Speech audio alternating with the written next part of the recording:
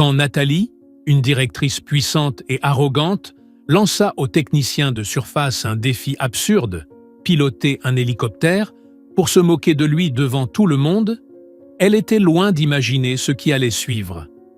Mais quand cet homme ordinaire posa les mains sur les commandes, chacun comprit qu'il n'était pas celui qu'on croyait.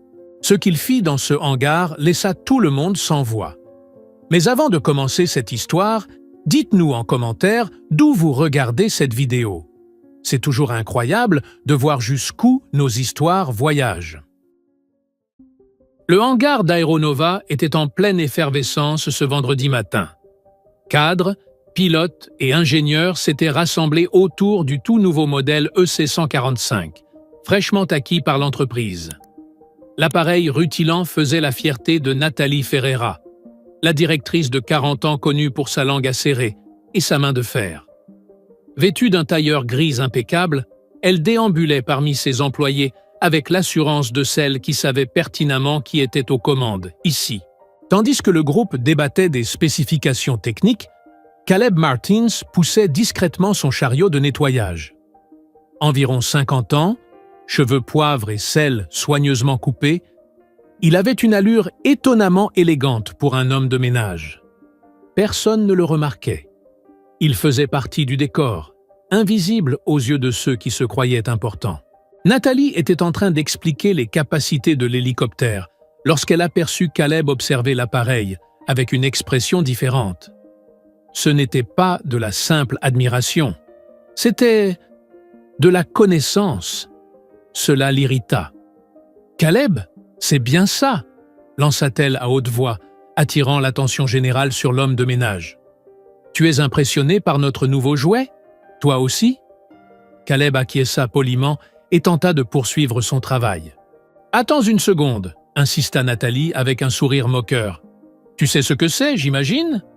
Tu as déjà vu un hélicoptère de près? »« Oui, madame », répondit-il calmement. Des ricanements discrets se firent entendre. Nathalie s'approcha, ses talons claquant sur le sol du hangar. « Ah bon? Où ça?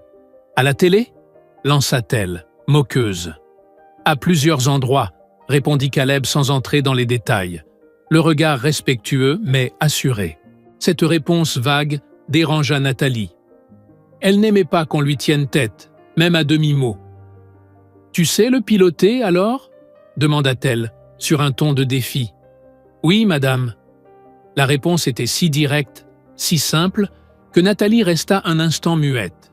Puis elle éclata de rire. « Génial! On a un pilote-homme de ménage parmi nous !» lança-t-elle à l'assemblée, s'assurant que tout le monde suivait la scène. « Très bien, Caleb. Si tu arrives à piloter cet hélico, je t'épouse. Ça te va ?» Le hangar explosa de rire. Nathalie jubilait de sa propre blague.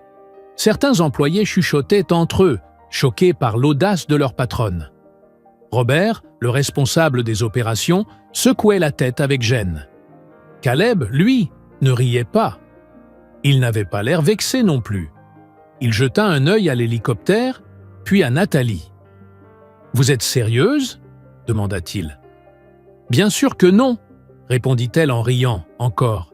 « Mais si tu veux essayer et te ridiculiser, fais-toi plaisir. » Ce qui arriva ensuite surprit tout le monde. Caleb abandonna son chariot, s'approcha de l'hélicoptère et, d'un geste respectueux, demanda à l'instructeur présent « Je peux ?» L'instructeur, un certain Anderson, avec 30 ans d'expérience, jeta un regard vers Nathalie, attendant qu'elle refuse. Mais elle, pensant toujours à une blague, fit un signe de la main. « Vas-y, on va bien rigoler. » Caleb grimpa dans l'appareil avec une aisance qui fit froncer les sourcils à Anderson. Il enfila le casque, ajusta le siège et entama la checklist de prévol. Ses doigts glissaient sur les commandes avec une précision déconcertante. Il vérifiait les instruments, testait les pédales, contrôlait chaque paramètre. Rien à voir avec quelqu'un qui aurait seulement vu des hélicoptères à la télé. C'était un vrai pro. Nathalie cessa de rire. Son sourire se figea. « Attends, il est sérieux, là ?» Anderson s'approcha de l'appareil, visiblement inquiet. Mais Caleb avait déjà lancé le rotor. Le bruit caractéristique résonna dans tout le hangar. Les pales commencèrent à tourner, d'abord lentement, puis de plus en plus vite. Le vent souleva des papiers un peu partout. « Quelqu'un, arrêtez-le » cria Nathalie, mais il était trop tard. L'hélicoptère s'éleva du sol avec une douceur absolue. Aucune secousse, aucune hésitation. Un décollage parfait, digne des pilotes les plus chevronnés. Caleb maintint l'engin stable à 3 mètres d'altitude, fit une rotation de 180 degrés comme une danse, puis se reposa exactement à l'endroit du départ. L'atterrissage fut si délicat qu'on l'entendit à peine.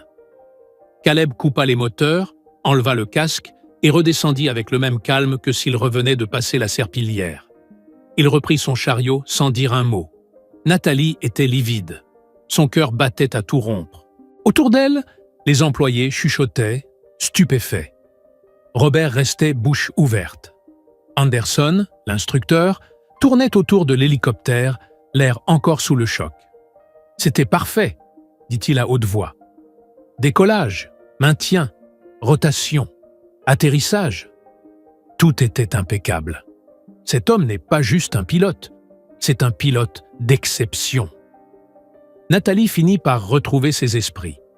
Elle s'approcha de Caleb, qui nettoyait une vitre comme si de rien n'était. « Qui êtes-vous » demanda-t-elle, sans une once d'arrogance dans la voix. Cette fois, elle semblait incertaine. Caleb la regarda calmement et répondit « Juste un homme de ménage, madame. » Mais tous savaient que ce n'était pas vrai. La même question trottait dans l'esprit de chacun. Nathalie y comprit. Qui était vraiment cet homme? Que faisait-il là, avec un tel talent? Quelle histoire cachait-il? Pour la première fois depuis longtemps, Nathalie ressentit quelque chose d'inattendu, de la honte. Le week-end passa comme un éclair pour Nathalie. Elle dormit à peine, rejouant en boucle la scène du hangar dans sa tête. Lundi matin, elle arriva au bureau plus tôt que d'habitude et demanda à sa secrétaire de faire venir Caleb dès qu'il pointerait. À 8 heures tapantes, Caleb frappa à la porte de son bureau.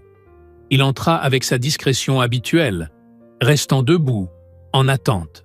« Asseyez-vous » dit Nathalie en désignant la chaise en face de son bureau. Caleb obéit. Nathalie l'observa attentivement. Comment avait-elle pu ne rien remarquer plus tôt? La posture droite, les épaules bien tenues, le regard franc mais respectueux. Cet homme avait une formation militaire. C'était évident. « Je vous dois des excuses » commença-t-elle. Les mots lui pesaient, mais elle savait qu'ils étaient nécessaires. « J'ai été grossière, arrogante et profondément irrespectueuse vendredi. Mon comportement était inacceptable. » Caleb hocha simplement la tête. « Ce n'est rien, madame. Je comprends. »« Non, justement, ce n'est pas rien, » insista Nathalie. « Vous méritiez du respect et je vous ai tourné en ridicule. Mais maintenant, je dois savoir, qui êtes-vous réellement? Où avez-vous appris à piloter de cette manière ?» Caleb inspira profondément. Pour la première fois, Nathalie vit une émotion traverser ce visage d'ordinaire si calme. « J'ai été pilote de sauvetage dans l'armée de l'air pendant 22 ans, » dit-il posément. « J'ai participé à des missions en zone de conflit, à des opérations de recherche et de secours, à des évacuations médicales. Après ma retraite, j'ai tenté de poursuivre dans l'aviation civile, mais les choses ne se sont pas passées comme prévu. J'avais besoin de travailler, et Aéronova recrutait dans l'entretien. J'ai accepté. » Nathalie était abasourdie. Mais pourquoi ne l'avoir dit à personne? Pourquoi accepter un poste d'agent d'entretien alors que vous pourriez être pilote ici? Parce qu'ici, personne ne me pose de questions sur mon passé, répondit-il simplement. Personne ne veut savoir quelles missions ont mal tourné, ni qui je n'ai pas pu sauver. Je nettoie les hangars, je fais mon travail, je rentre chez moi en paix. Et ça compte pour moi. Avant même que Nathalie puisse répondre, une alarme d'urgence retentit. Les haut-parleurs annoncèrent un accident dans la zone de test. Un mécanicien avait été grièvement blessé par une pièce détachée lors d'une opération de maintenance. Nathalie et Caleb coururent sur place. Lorsqu'ils arrivèrent, un jeune homme gisait au sol, perdant beaucoup de sang à la jambe. L'os était à nu. Autour, c'était la panique générale. Personne ne savait quoi faire. L'ambulance mettrait au moins 15 minutes à arriver. Caleb n'hésita pas une seconde. Il s'agenouilla à côté du blessé et prit les choses en main. Il déchira sa propre chemise pour faire un garrot, appliqua une pression précise sur la plaie et commença à donner des ordres clairs. « Toi, va chercher de l'eau propre. Toi, prends la trousse de secours du hangar 3. Toi, rappelle les secours et dis que c'est une hémorragie sévère. On a besoin de priorité. Quelqu'un a porté des couvertures. Il risque de faire un choc. » Tout le monde obéit aussitôt. Nathalie constata que le ton de Caleb avait changé. Ce n'était plus le technicien effacé. C'était un chef aguerri, un professionnel parfaitement maître de lui. Il garda le jeune conscient en lui parlant doucement, surveilla ses signes vitaux avec une précision impressionnante et parvint à stabiliser le saignement avec un sang-froid remarquable. Lorsque les secours arrivèrent, Caleb leur fit un compte rendu détaillé. État du patient, procédures effectuées, temps écoulé. Les ambulanciers l'écoutèrent avec un respect évident. Une fois l'ambulance partie, Caleb se releva, s'essuya les mains et retourna à son chariot comme si de rien n'était. Nathalie tremblait. Elle venait d'être témoin de quelque chose d'extraordinaire. Cet homme n'était pas seulement un pilote, c'était un héros entraîné à sauver des vies sous pression extrême. Ce soir-là, elle ne put résister. Elle utilisa ses contacts pour enquêter sur le passé de Caleb Martins. Ce qu'elle découvrit la laissa sans voix. Caleb avait été décoré à 3 reprises pour des actes de bravoure. Il avait sauvé des dizaines de vies dans des situations désespérées. Mais 5 ans plus tôt, lors d'une mission de sauvetage en montagne, quelque chose avait mal tourné.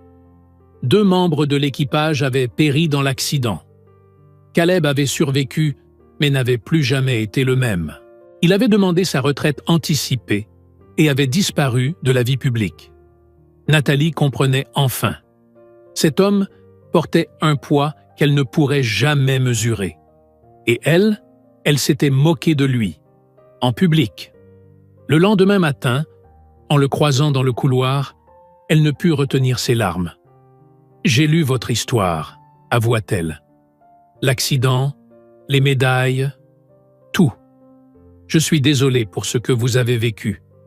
Et je suis désolée de la manière dont je vous ai traité. » Caleb hocha doucement la tête. « Le passé est le passé, madame. On a tous notre histoire. » Mais pour Nathalie, quelque chose avait changé. Elle ne voyait plus un homme de ménage. Elle voyait un homme d'une valeur inestimable, qu'elle avait été trop aveuglée pour remarquer. Mercredi matin, Nathalie convoqua une réunion de direction. Elle avait une proposition à faire et elle savait qu'elle rencontrerait de la résistance. « Je veux offrir à Caleb Martins un poste de pilote senior et d'instructeur en sécurité », annonça-t-elle. Un silence tomba sur la salle. Puis Auguste, le directeur financier, réagit.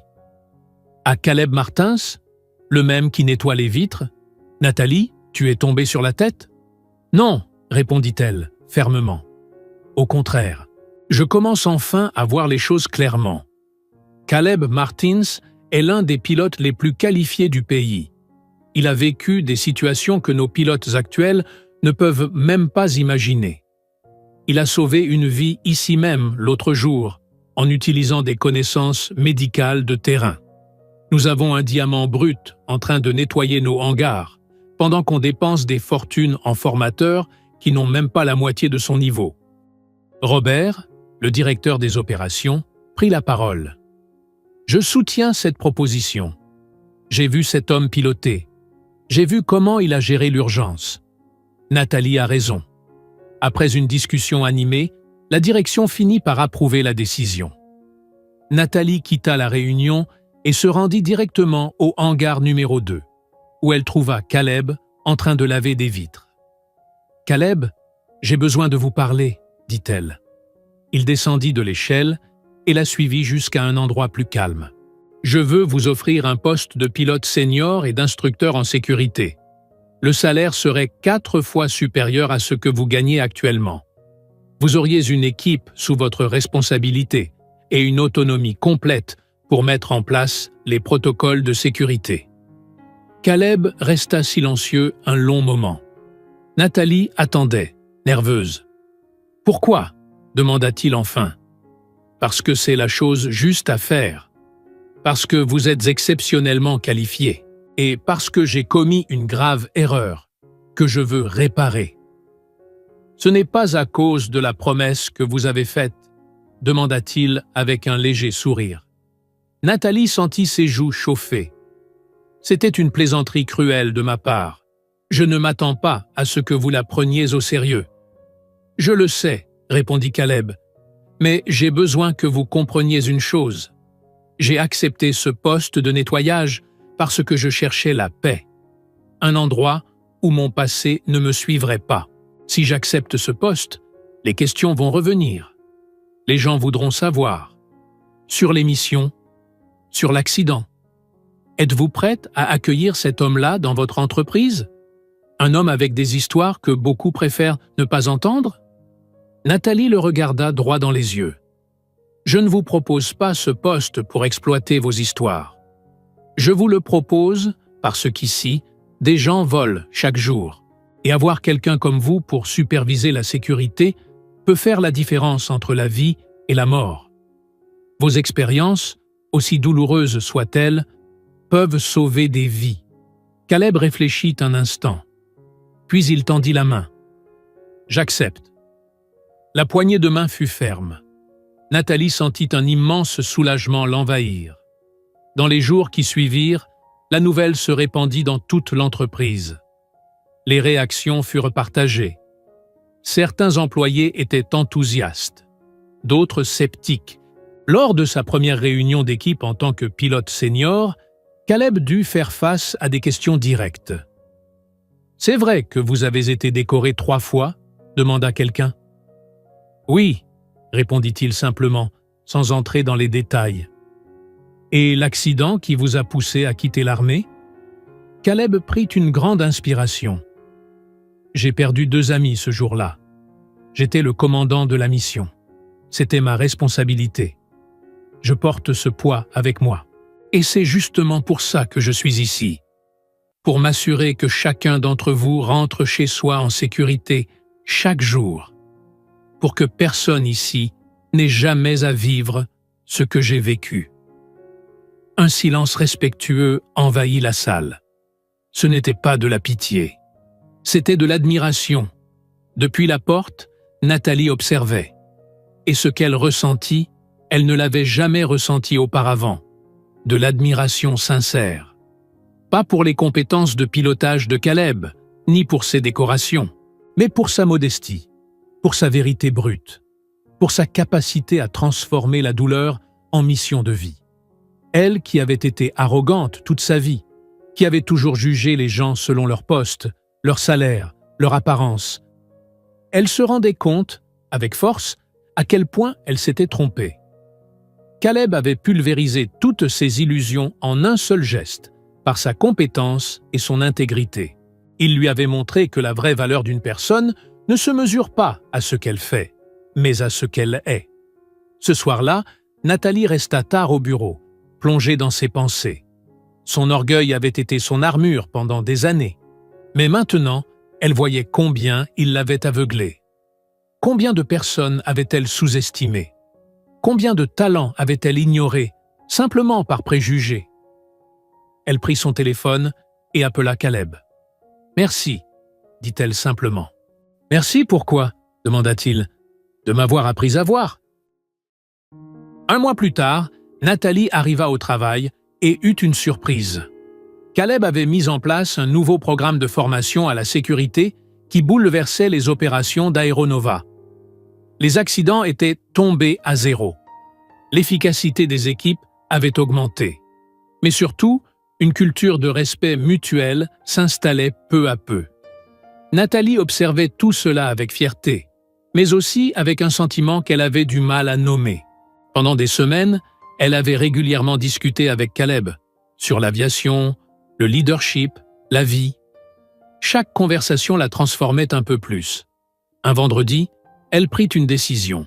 « Caleb, j'aimerais faire un vol avec toi, » dit-elle. « Pas en tant que patronne, pas comme défi, comme élève.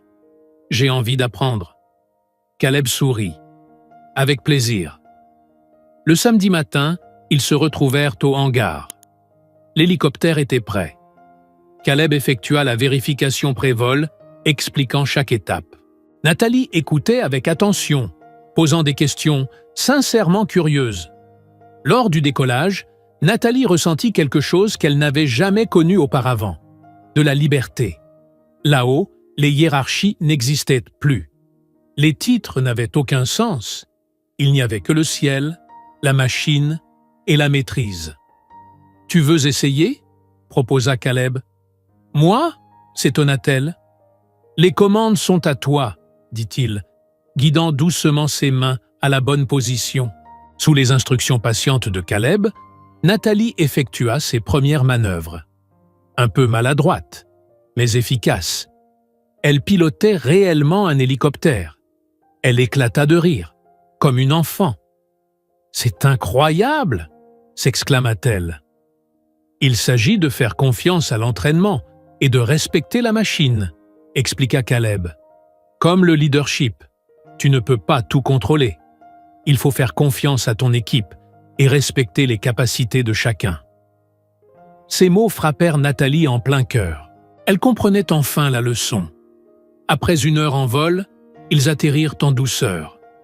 Lorsqu'ils descendirent, Nathalie n'était plus la même. Ses yeux brillaient, non pas de fierté, mais de gratitude. « Merci, Caleb. Pas seulement pour ce vol, pour tout. Tu as changé ma façon de voir beaucoup de choses. »« Tu as changé ta propre façon de voir, » la corrigea-t-il doucement. « Moi, je n'ai fait que te donner l'occasion. » Nathalie sourit. « Toujours aussi humble. C'est la seule manière de vivre que je connaisse. » Ils marchèrent ensemble jusqu'au hangar. À l'entrée, Nathalie s'arrêta et le regarda sérieusement. « Cette promesse stupide que j'ai faite, » commença-t-elle. « Je sais que c'était affreux. Mais j'ai compris quelque chose grâce à tout ça. J'ai appris que les engagements comptent. Pas celui du mariage que j'ai lancé comme une blague, mais l'engagement de respecter les gens, de voir au-delà des apparences, de valoriser le caractère au-delà du titre.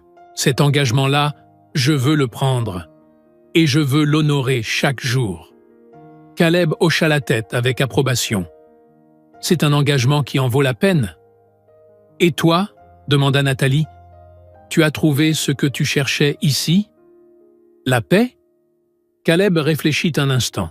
« J'ai trouvé mieux, un but. J'ai compris que je ne pouvais pas fuir le passé, mais que je pouvais m'en servir pour construire un avenir meilleur, pour les autres. Et c'est ce qui m'apporte une vraie paix. » Dans les mois suivants, le partenariat entre Nathalie et Caleb transforma Aeronova. L'entreprise devint une référence en matière de sécurité et d'excellence opérationnelle. Mais surtout, elle devint un lieu où l'on valorisait les gens pour ce qu'ils étaient, et non pour ce qu'ils semblaient être. Nathalie n'épousa jamais Caleb, mais elle développa avec lui une amitié profonde, fondée sur le respect mutuel et une admiration sincère. Elle apprit à diriger avec humilité. Il réapprit à faire confiance. Parfois, les samedis matins, ils continuaient à voler ensemble, sans promesses stupides ni défis inutiles. Juste 2 personnes qui avaient tiré des leçons précieuses l'une de l'autre, partageant le ciel. Et quand Caleb rentrait chez lui après ses vols, il ne portait plus le poids accablant du passé. Il portait la légèreté de celui qui a trouvé un sens au présent. Il n'avait pas seulement nettoyé des hangars, il avait nettoyé des cœurs, y compris le sien. Le balai était toujours dans le placard, mais désormais, ce n'était qu'un outil. plus une étiquette, car Caleb avait prouvé qu'aucun métier ne définit une personne. Ce qui nous définit, c'est notre caractère, notre dignité et le respect que nous inspirons. Et c'est là la plus grande leçon que tous, chez Aéronova, ont apprise. Une leçon née d'une promesse cruelle, mais qui s'est achevée par une véritable transformation. Une histoire sur le fait de voir au-delà des apparences et de reconnaître l'humanité en chacun. Si cette histoire vous a touché, laissez un commentaire pour nous dire ce qu'elle vous a appris. Likez la vidéo, partagez-la avec quelqu'un qui a besoin de l'entendre aujourd'hui. Et abonnez-vous pour d'autres histoires qui inspirent et transforment.